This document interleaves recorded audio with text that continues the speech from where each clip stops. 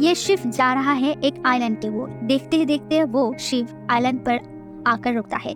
Senior इस island के बारे में कुछ जानकारी देता है इस इंसान को।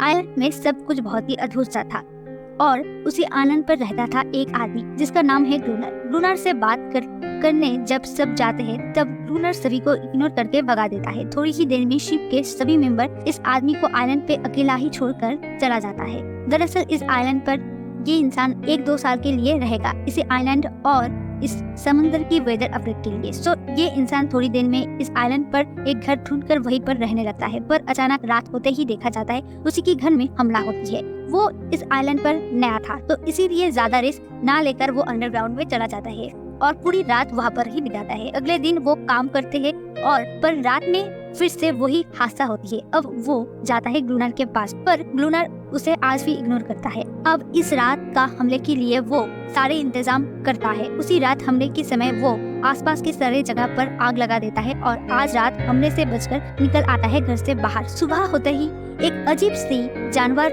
दिखता है उसे। ग्लूनर उसे इस बारे में बहुत कुछ बोलता है, उसे समझाता है। ये एक अजीब टाइप्स की जानवर था जो थोड़ा बहुत इंसानों के जैसा ही था दिखने में, पर सारी हरकतें था जानवर के जैसा ही। आज ग्लूनर उसे मदद करता है और रात होने से पहले ही जरूरतमंद सारे सामान इस घर से ले आते हैं ग्लूनर के घर। आज से दोनों एक साथ ग्लूनर के लाइट हाउस में ही रहेगा। अब रात होते ही दोनों तैयार होते हैं हमले के लिए। इस सुनसान जगह पर इतनी सारी अजीब सा जानवर को एक साथ देखकर वो बहुत घबरा जाता है और ग्लूनर के साथ हमले की मुकाबला वो नहीं कर पाता है। दूसरी रात ग्लूनर इस काम के लिए उसे पनिशमेंट देता है। ग्लूनर आज रात उसे अकेला ही छोड़ देता है हमले के सामने और कोई भी मदद उसे नहीं करता है। धीरे धीरे करके ये इंसान और ग्लूनर के पास रहने वाला अजीब जानवर के बीच फ्रेंडशिप बढ़ता है। ग्लूनर उसे मारता था, पीटता था, पर ये इंसान वैसा नहीं था और इसीलिए ये अजीब दिखने वाला जानवर भी इस इंसान को बहुत ज्यादा पसंद करता है। पर दोनों के बीच में ये फ्रेंडशिप ग्लूनर को पसंद नहीं आता है। ऐसे ही देखते देखते बहुत सारी रात गुजर जाता है, पर उस जानवरों की हमला नहीं होता है आजकल और इसीलिए दोनों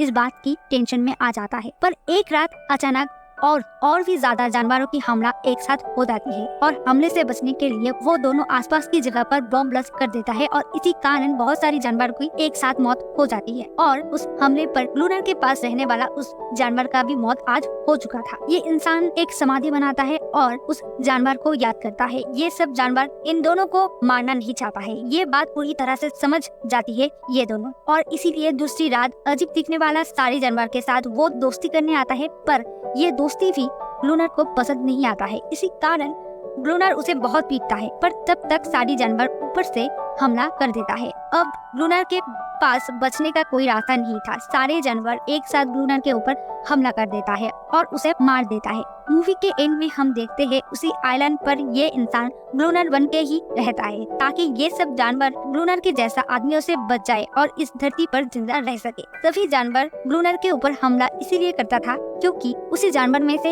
एक को ग्लूनर उसके घर में बंदी बनाकर रखा था और उसे बचाने के लिए ही हर रात ग्लूनर के ऊपर सारे जानवर एक साथ आके हमला करता था। वीडियो अगर पसंद आए तो please do like, comment and subscribe. Thank you for watching.